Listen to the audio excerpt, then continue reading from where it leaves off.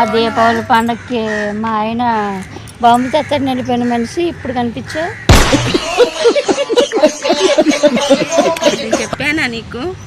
ఆయన పిల్లగాళ్ళు బాంబులు అంటున్నారు, నువ్వు వెళ్ళు నేను తీసుకొస్తా బాంబులు, పైసా ఖర్చు లేకుండా అన్నాడా.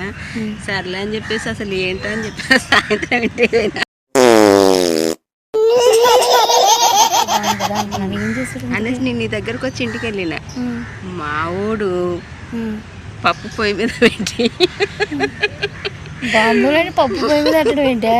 పప్పు పొయ్యి మీద పెట్టి ఇద్దరు పిల్లగాడును అయ్యా ఇద్దరు కలిసి మంచిగా పప్పు మొత్తం తిన్నారు.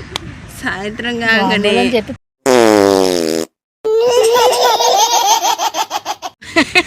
పైసా ఖర్చు లేనిది కింద నుంచి బాంబులు వదులుతానే.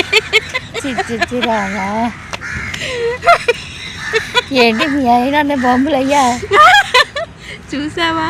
బాంబులేవి అనేసి అడిగితే ఏ నీకు ఇంకా వాసన రావట్లేదా, ఇంకా వినపడట్లేదా అనేసి మా ఆయన బర్ర అంటూనే ఉన్నారు.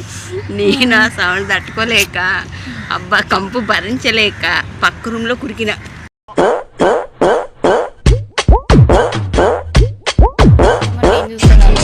ఇదేనా మీరు చెప్పిన ఫ్రీ అంటే ఇది దీనికి ఏమైంది, రూపాయి ఖర్చు లేదు, ఇంట్లో ఉన్న పప్పే వేసినామని చెప్పేసి మావోడు అసలు మామూలే చేయలే. ఆ కంపుని భరించలేకపోయినా ఒక్కరిది తట్టుకోవడమే కష్టం, మళ్ళీ అందరూ పిల్లగాడు క్విక్ క్విక్ క్విక్.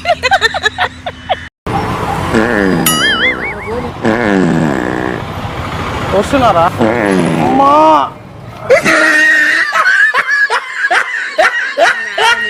ఆ ఫోన్లో బ్యాలెన్స్ లేవు, మీకు ఫోన్ చేసి చెప్తామంటే మీరు చేయలే. అసలు నాకేం అర్థం కాలే. ఫ్రీగా బాంబులు తెస్తానని మీ ఆయన అన్నాడని వెళ్ళిపోతే ఇంట్లో మా ఆయనేమో వాళ్ళే బెటర్, రూపాయి ఖర్చు లేకుండా తెచ్చుకుంటున్నారు, మనం ఎందుకు ఖర్చు పెట్టాలని మా ఆయన అన్నాడు. ఇంతకీ మీరు చేసిన కనకార్యం ఇదా? ఒకటే బాంబులు ఒకటే వాసన. లాస్ట్కి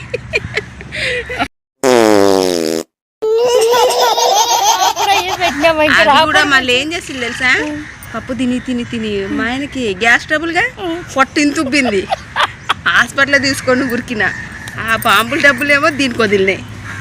ఒకటే తిట్లు, నేను మామూలుగా తిట్టలే. అయ్యా అవి తినడం ఎందుకు, ఇబ్బంది పడ్డం ఎందుకు, ఫ్రీ బాంబులు అని చెప్పేసి ఈ బాంబులు ఉపయోగించింది. మీ ఆయన తీసుకొచ్చింటా మరి? తేలేదు, ఫ్రీ అన్నారు కదా, చూద్దాం ఉండి వెళ్దాం అన్నాడు. అయ్యయ్యో ఈసారి ఉపయోగం చెప్పు. వద్దమ్మా, మాకు ఉపయోగం వద్దు. బాగుంటుంది నువ్వు బాగా అది ఒకటే అది ఇప్పటికీ మర్చిపోలేకపోతున్నా.